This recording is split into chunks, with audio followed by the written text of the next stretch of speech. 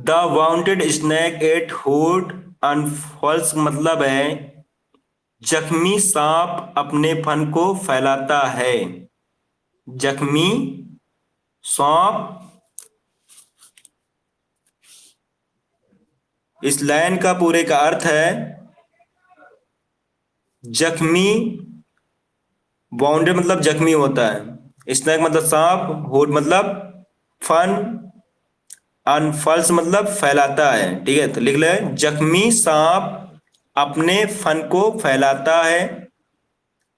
लिख गया। जख्मी सांप अपने फन को फैलाता है। दूसरी लाइन में है द फ्लेम मतलब ज्वाला या आग, स्टिक मतलब खुरेदना या हवा देना, अप मतलब ऊपर, दूध, ब्लेज। तो इस लाइन का अर्थ जो निकलेगा, आग को आग को खुरेदने पर लपटों में, ठीक है, जलने लगती है मतलब ऊपर बढ़ने लगती है। आग लिखोगे, आग को खुरेदने पर लपटों में जलने लगती है। आग को खुरेदने पर लपटों में जलने लगती है।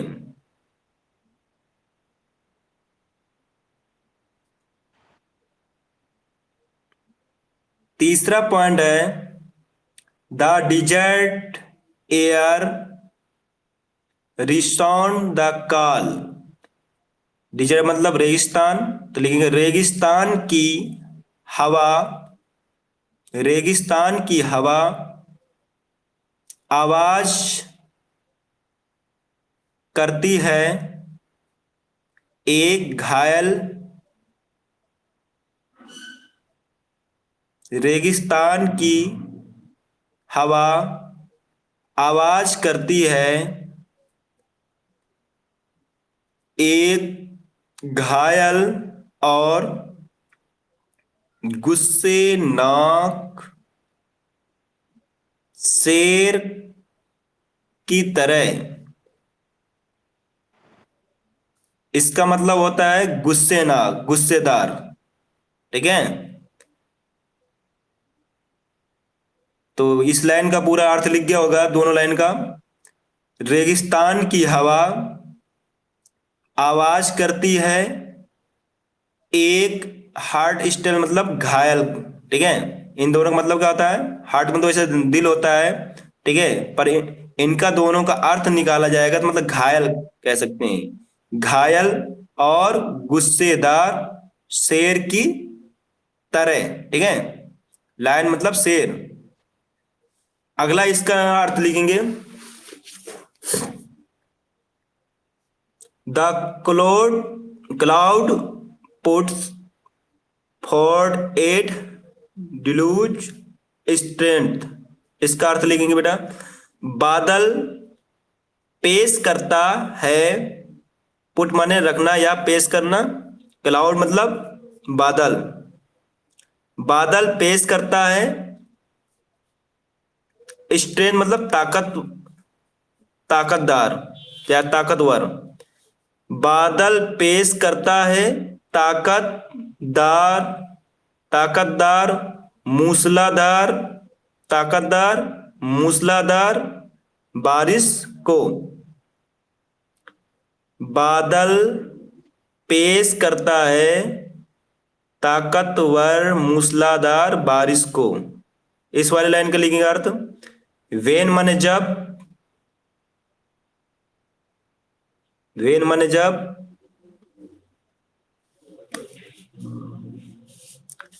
लाइटनिंग मतलब आकाशीय बिजली, आकाशीय बिजली। जब आकाशीय बिजली चीर देती है इसकी छाती को। ब्रीस्ट मतलब छाती। जब आकाशीय बिजली चीर देती है इसकी छाती को, मतलब आसमान की छाती की बात कर रहा है। ठीक है। जब बिजली कड़कती है तो ऐसा लगता नहीं कि बादल फट गया हुआ है, आसमान फट गया है, नहीं लगता? लगता है ना? तो वही चीज समझाना चाहता है यहाँ पर। तो इसका अर्थ लिख क्या होगा? जब बिजली चीर देती है इसकी छाती को।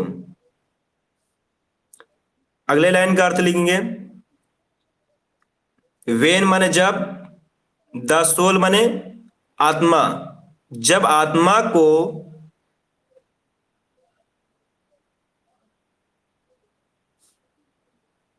जब आत्मा को स्टिर्ड मतलब झकझोड़ा जाता है। जब आत्मा को झकझोड़ा जाता है या खोरेदा जाता कह सकते हैं।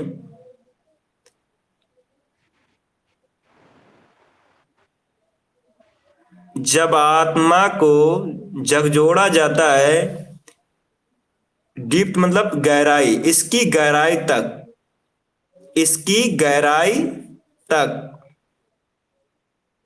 इसकी गहराई तक। अगले लाइन के लिखेंगे, ग्रीट ग्रेट ग्रेट वंस मतलब महान लोग, महान लोग,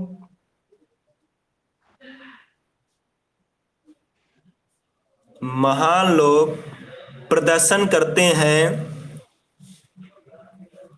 महान लोग प्रदर्शन करते हैं अपने सबसे अच्छे का, अपने सबसे अच्छे का। महान लोग प्रदर्शन करते हैं, ठीक है। बेस्ट माने सबसे अच्छा, दे माने उनके, ठीक है, इनका मतलब प्रदर्शन करना, ठीक है। इस वाली लाइन में आ जाएंगे, लेट आइज ग्रो डिप, लिखेंगे आंखों को धुंधला, आंखों को, आंखों को धुंधला, धुंधला, आंखों को धुंधला, और कानों को बहरा होने दो। आंखों को धुंधला मतलब धुंधला होने दो, और कानों को बहरा होने दो। आगे चलते हैं, और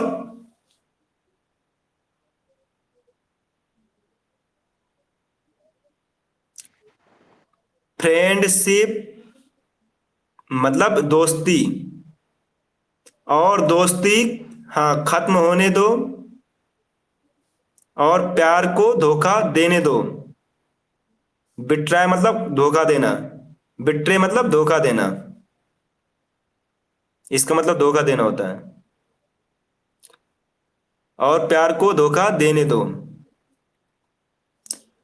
अगले लाइन में आ जाएंगे, let fate 800 horrors send. Fate मतलब किस्मत, लेकिन किस्मत को हजारों, 100 मतलब कह सकते हैं कि 100 मतलब 100 होता है, तो यहां पर हम लिए हजारों परेशानियां भेजने दो। किस्मत को हजारों परेशानियां भेजने दो, किस्मत को हजारों परेशानियां भेजने दो, किस्मत को हजारों परेशानियां भेजने दो। आगे लाइन में लिखेंगे, और एंड मतलब और, घने अंधेरे, और घने अंधेरे को, और घने अंधेरे को रास्ता बंद करने दो, हाँ, बंद करने दो,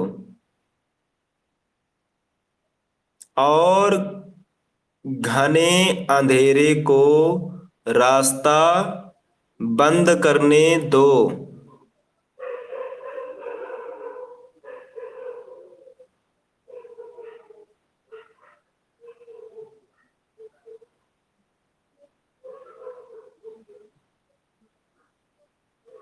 लिख गया? लिख गया तो आगे लिखेंगे। एंड मतलब और, नेचर मतलब कुदरत, और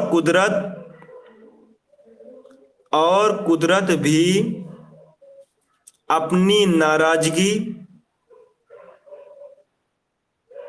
और कुदरत भी अपनी नाराजगी में तुमको,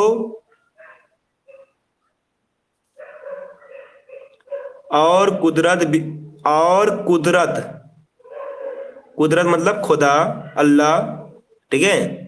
यहाँ पर मतलब यह लिया गया है, इस बार जो भी कहते हो, ठीक है। तो कुदरत समझ में आ गया ना, कुदरत मतलब खुदा कहते हैं, अल्लाह कहते हैं। और अल्लाह को अपनी नाराजगी में तुमको क्रैश, ठीक है, मतलब कुचलने के लिए, फिलहाल मतलब गुर्रा है, या सॉरी एंग्री मतलब गुर्रा, गुस्सा होना या नाराजगी, फिलहाल मतलब कुदरत को भी अपनी नाराजगी में तुमको कुचलने के लिए गुर्राए, कुचलने के लिए गुर्राए। स्टिल, स्टिल मतलब तब भी, तब भी, स्टिल मतलब तब भी, नो जानना, तब भी अपनी आत्मा को जानो, नो मतलब जानना, तब भी अपनी आत्मा को जानो,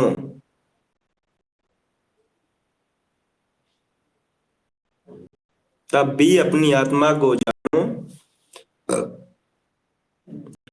आगे यहां देखेंगे, यू आर डिवाइन, तुम पाक हो,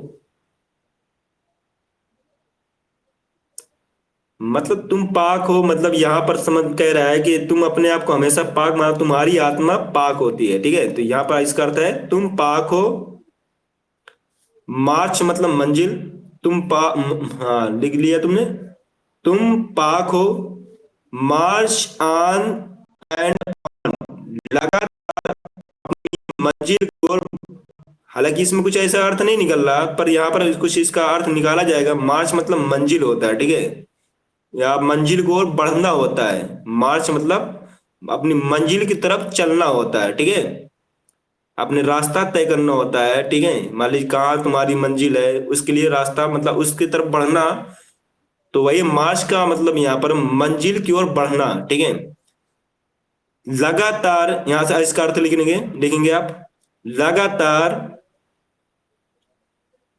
मंजिल की ओर बढ़ते रहो, लगातार मंजिल की ओर बढ़ते रहो, लगातार मंजिल की ओर बढ़ते रहो।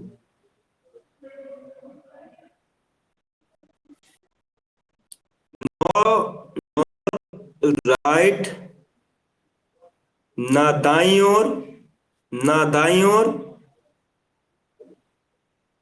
नॉर लेफ्ट, ना बाईं ओर, ना दाईं ओर, ना बाईं ओर,